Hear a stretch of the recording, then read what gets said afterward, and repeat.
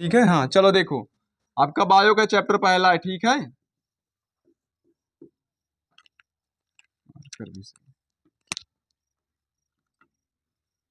देखो life process, पहले chapter का नाम क्या बेटा? हाँ लाइफ, जिसे क्या कहते हैं? जैव प्रक्रम। ठीक है। अब समझते हैं what is the means of life process. ठीक है, अगर आपसे कोई पूछे कि what is the means of life process, जैव प्रक्रम किसे कहते हैं, तो भाई जैव प्रक्रम का मतलब ये होता है कि जैसे मान लीजिए मानव के शरीर में बहुत सारी प्रक्रिया होती हैं, है ना। तो मानव के शरीर में, या हम ये कह सकते हैं कि उनके जीवन से संबंधित उनके शरीर में होने वाली जो समस्त प्रक्रिया होती हैं उसे क्या कहते हैं बेटा? जैव प्रक्रम कहते हैं। बात समझे? अगर आपसे कोई कहे कि भैया लाइफ प्रोसेस किसे कहते हैं या जैव प्रक्रम किसे कहते हैं, तो जीव के जीवन में होने वाली समस्त प्रक्रियाओं को क्या कहते हैं बेटा? जैव प्रक्रम कहते हैं। क्या कहते हैं? जैव प्रक्रम कहते हैं। अब जैसे मान लीजिए जैव प्रक्रम क्या होता है ना। तो ये तो आपने समझ ही गए, अच्छे से समझ गए, भली भांति से बात को आप समझ चुके हैं कि जैव प्रक्रम किसे कहते हैं। तो बेटा जैव प्रक्रम का तात्पर्य क्या होता है कि हमारे शरीर में जितनी भी प्रक्रिया हो रही हैं वो सारी की सारी प्रक्रिया क्या होती हैं? जैव प्रक्रम होती हैं।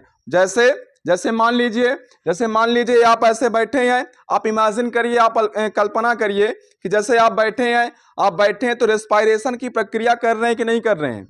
रेस्पायरेशन की प्रक्रिया कर रहे हैं, फिर उसके बाद असिमिलेशंस कर रहे हैं, है ना, डिफ्यूजन्स कर रहे हैं। तो ये सारी की सारी प्रक्रिया क्या होती है बेटा? आपके शरीर से ही संबंधित है। भाई आप श्वसन की प्रक्रिया कर रहे हो कि नहीं कर रहे हो? आप सांस की प्रक्रिया कर रहे हो कि नहीं कर रहे हो? आप सांस ले रहे हो कि नहीं ले रहे हो? ऐसा कोई मानव तो है नहीं जो इस पृथ्वी पर बिना सांस के जीवित रह सके। ऐसा है? ऐसा तो नहीं है ना कि भाई बिना सांस के कोई आदमी जीवित हो सके या जीवित रह सके इस पृथ्वी पर। तो ये बातें सही नहीं है ना। तो जो आप सांस की प्रक्रिया करते हो, आप दौड़ते हो, आप खाना खाते हो, आप जो भी प्रोसेस करते हो बॉडी से रिलेटेड, वो सारी की सारी प्रक्रिया बेटा क्या होती है? जैव प्रक्रम। ये बात समझे? इधर समझे बच्चों? हाँ चलिए, तो इसे आप भली भांति से जान लीजिए कि हमारे शरीर में होने वाली जो समस्त प्रक्रिया होती है बेटा उसे क्या कहते हैं? उसे जैव प्रक्रम कहते हैं। अब जैसे मान लीजिए, अब ये लाइफ प्रोसेस जो होता है इसके बहुत सारे पार्ट होते हैं, ये बहुत सारे प्रक्रियाओं में हम कह सकते हैं कि ये हमारे शरीर में अनेक प्रकार की होती हैं और अनेक तरह की होती हैं। जैसे देखिए, अब बात करते हैं, सबसे पहले बेटा हो जाएगा आपका अंतर्ग्रहण। क्या है? नहीं अंतर्ग्रहण नहीं होगा, पोषण पहले लिखो। पहले पोषण, फिर बेटा दूसरा अंतर्ग्रहण, और फिर तीसरा कह सकते परिवहन, फिर चौथा हो जाएगा बेटा श्वसन, फिर उसके बाद हो जाएगा स्वांगीकरण, फिर बेटा लिख सकते हैं विसरण, फिर लिख सकते हैं उत्सर्जन। ठीक है।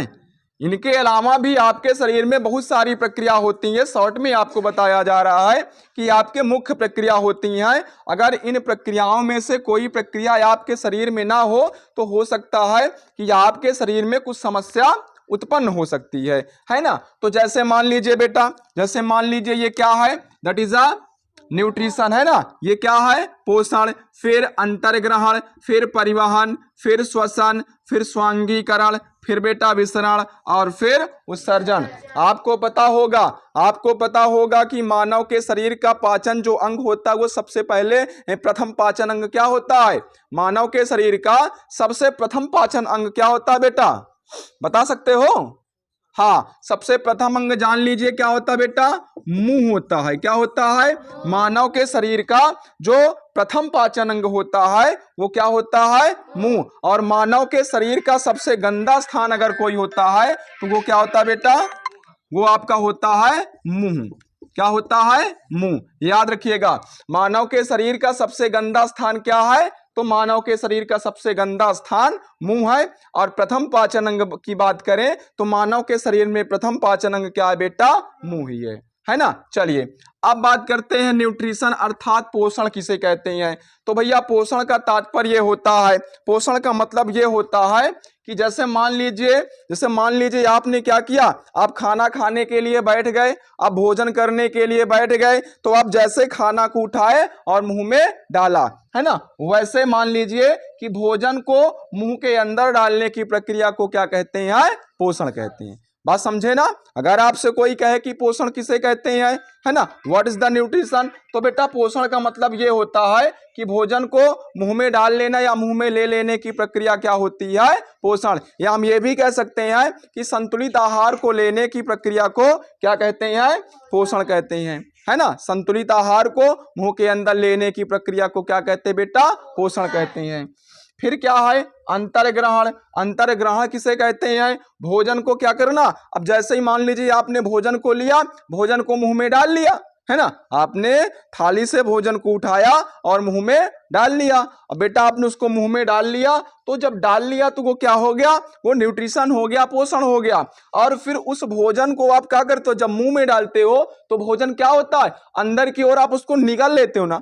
तो भोजन को अंदर निगले कि नहीं निगले, भाई भोजन को मुंह में आपने डाला, तो जब आपने भोजन को मुंह में डाला तो दांतों के द्वारा भोजन को क्या किया गया, फाड़ा गया, कुतला गया, कचरा गया, है ना। फिर भोजन को क्या किया जाता है, भोजन को निगल लिया जाता है। तो जब भोजन को आप अंदर की ओर निगल लेते हो तो उसी प्रक्रिया को क्या कहते हैं बेटा, हाँ, उसे क्या कहते हैं, अंतर्ग्रहण। तो बात समझे ना कि भैया जो है भोजन को अंदर लेने की प्रक्रिया या भोजन को अंदर निगल लेने की प्रक्रिया को हम क्या कह सकते हैं बेटा, अंतर्ग्रहण कह सकते हैं। परिवहन किसे कहते हैं, भोजन का एक अंग से दूसरे अंग में क्या होना, जाना, है ना। भोजन का एक अंग से दूसरे अंग में क्या होना बेटा, जाने की प्रक्रिया को क्या कहते हैं, परिवहन कहते हैं।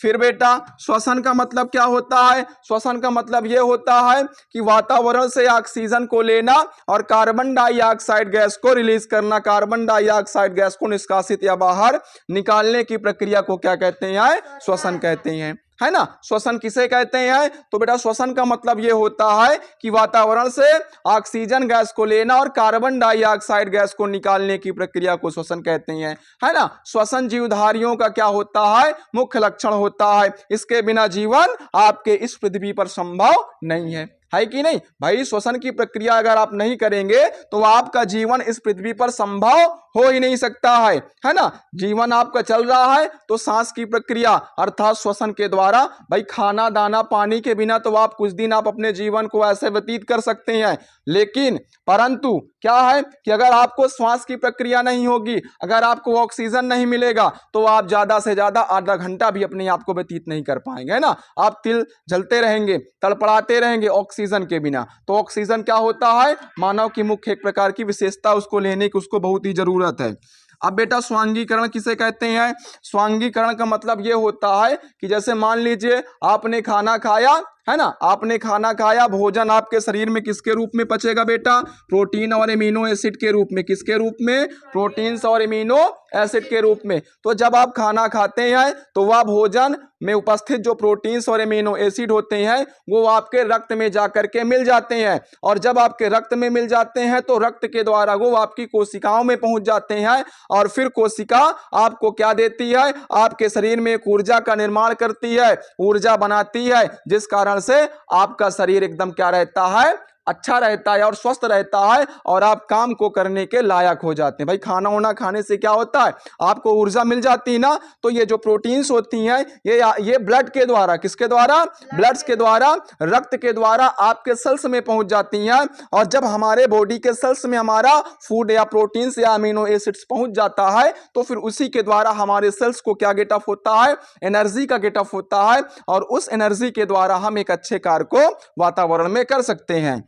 विसरण किसे कहते हैं, विसरण का मतलब बेटा ये होता है कि जैसे मान लीजिए हम लोग क्या है, हम लोग बहुकोषीय जीव हैं, अर्थात ऐसे जीव जिनके शरीर में बहुत सारे अंग होते हैं वो बहुकोषीय होते हैं। और ऐसे जीव जिनके शरीर में, या हम ये कह सकते हैं कि ऐसे जीव जिनके शरीर का निर्माण एक ही अंग के द्वारा होता है या उनमें एक ही अंग पाया जाता है, वो क्या कहलाती हैं, वो आपके एक कोष की कहलाती हैं।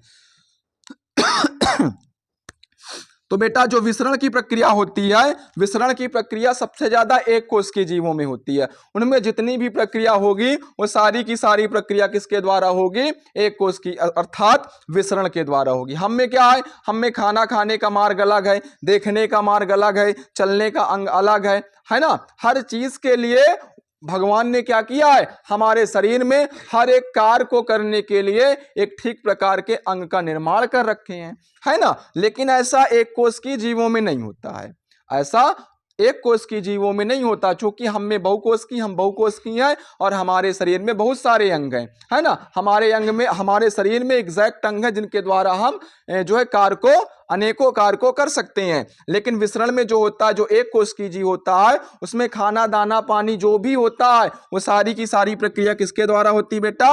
विसरण के द्वारा। तो विसरण की जो प्रक्रिया होती है वो किसमें होती है? सबसे ज्यादा एक कोष के जीवों में होती है ना। उत्सर्जन किसे कहते हैं? एक्सक्रिएशंस का मतलब बेटा ये होता है, उत्सर्जन का मतलब ये होता है कि मानव के शरीर में क्या होता है? उपस्थित जो गंदे पदार्थ होते हैं उनको शरीर से बाहर निकाल देने की प्रक्रिया को क्या कहते हैं? उत्सर्जन कहते हैं। समझ रहे हो? उत्सर्जन का तात्पर्य क्या है? उत्सर्जन का मतलब क्या है? मानव के शरीर में उपस्थित गंदे या अपशिष्ट पदार्थ को शरीर से बाहर निकाल देने की प्रक्रिया को क्या कहते हैं? उत्सर्जन कहते हैं, है ना। तो बात समझे कि नहीं समझे? ये 4-5 टॉपिक आप लोग बढ़िया से समझे कि नहीं समझे? इसमें किसी को कोई समस्या तो नहीं है? अगर हो समस्या तो बता सकते हैं। आप इसे समझ ही गए होंगे। लाइफ प्रोसेस अर्थात जैव प्रक्रम किसे कहते हैं, है ना। तो जैव प्रक्रम का मतलब क्या होता है? मानव के शरीर में होने वाली समस्त प्रक्रियाओं को क्या कहते हैं? जैव प्रक्रम कहते हैं।